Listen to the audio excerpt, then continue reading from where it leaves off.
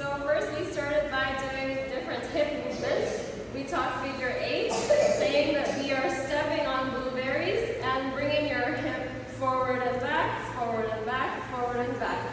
Always stepping with a turnout and your inner thighs facing out. Okay, then we did different types of hip movements in circles. So we did half circle, smiley face, and then we did rainbows and full circle, like the golden circle. And then we did a circle in this direction, so half circles, and to the back, and then the whole circle. Great. We also did a V, so like a pyramid, like this. And we twerked, if you want to twerk, and then we also did this. Okay. So, tutorial for last one. Bend, bend, straight, straight, bend, bend, straight, straight. I learned this in a twerking class. Okay, next is applying this to partners. Okay, so today we focused on the close embrace position, and please refer to previous videos. Okay, and then we were trying to do these movements with a very important tip for leaders, which is that my weight transfer is only right side of right foot and left side of right foot. And her weight transfer is one on the other foot, because I only have one foot in front. So I cannot transfer to the other foot because then we're gonna fall. Exactly. We want to make sure that we have the hips connected and the movement comes from the hips and not the leg. Yes. And then we introduced the concept of the follower interpreting the music by either passive following or active following. And in passive following, I'm doing nothing. So I'm just attached to the leader and I do everything that the leader does and I don't add extra energy.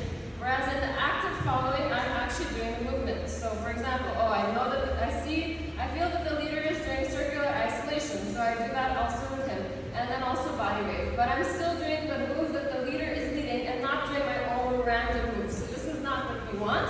We want to listen, but then move your body with the leader. Exactly. And then we train this, maybe let's show it to you.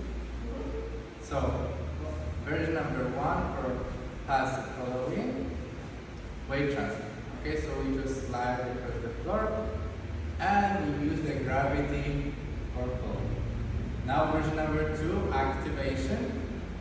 So for example, for the weight transfer, you can activate by doing 8 with your hips. This is one option. Movement, another movement. So for example, a circle with the chest. So version number 1, the follower will not do anything, just follow, okay? So then I feel that she's resting on my chest. And now, version number 2, she increases the tonus, and then I feel that she's pushing into my chest. Okay, so she's pressing more and making me do a bigger movement.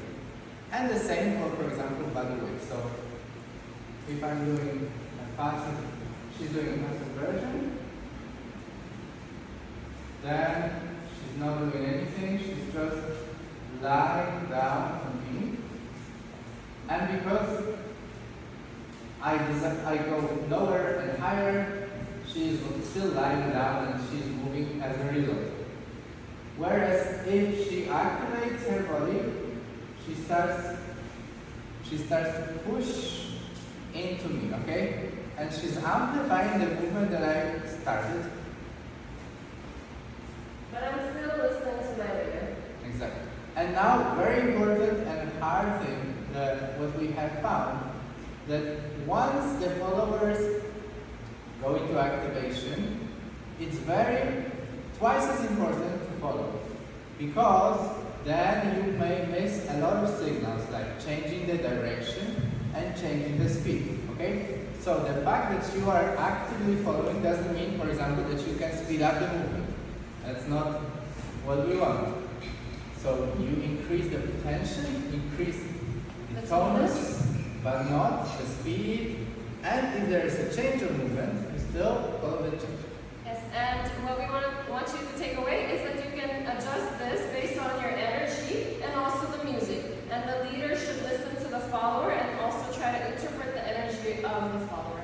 So it's a communication and a collaboration throughout the whole dance to change the texture and energy in the dance to increase your enjoyment. Thank you.